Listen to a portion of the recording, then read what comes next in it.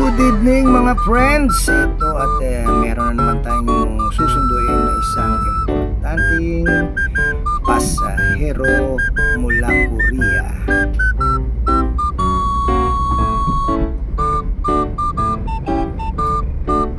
Bawal kasi magantay dito kaya paikot-ikot ako sa vicinity ng airport. Yes, boss! Start na? Let's go. Okay, I will call later. Why you only one, boss? Busy. So I Korea schedule very busy, so new. Okay. And I come again October 17 go back.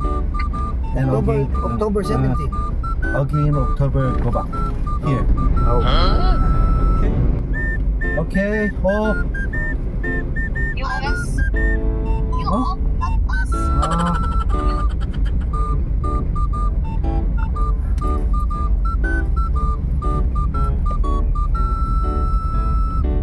Very busy, ha? Waiting.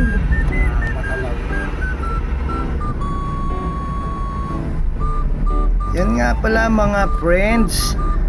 Diyan ako dumaan mula Terminal 1. Babaybayin mo papuntang Kabihasnan. Tapos mag-U-turn ka sa may pangalawang stoplight at kanan ka sa bagong bukas na expressway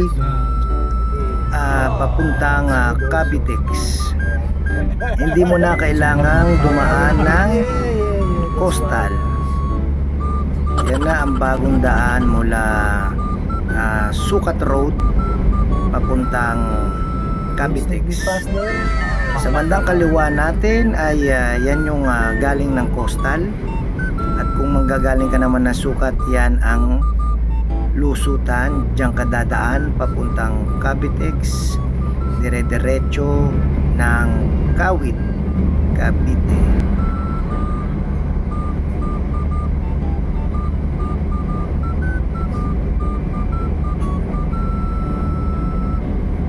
Mga friends, ang aking sakay na Koreano ay merong siyang meron siyang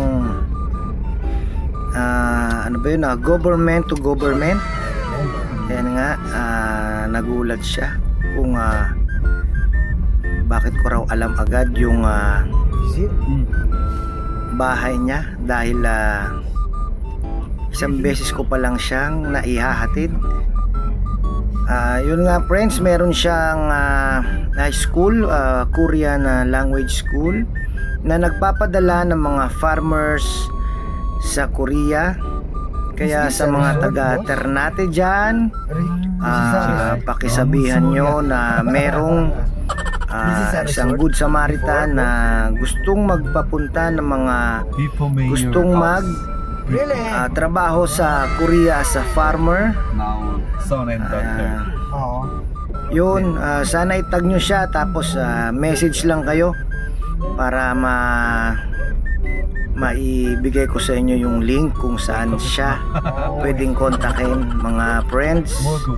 Ayan, nandyan na kami sa kanyang inuupahang dating resort ng mayor na pinapaupahan sa kanya.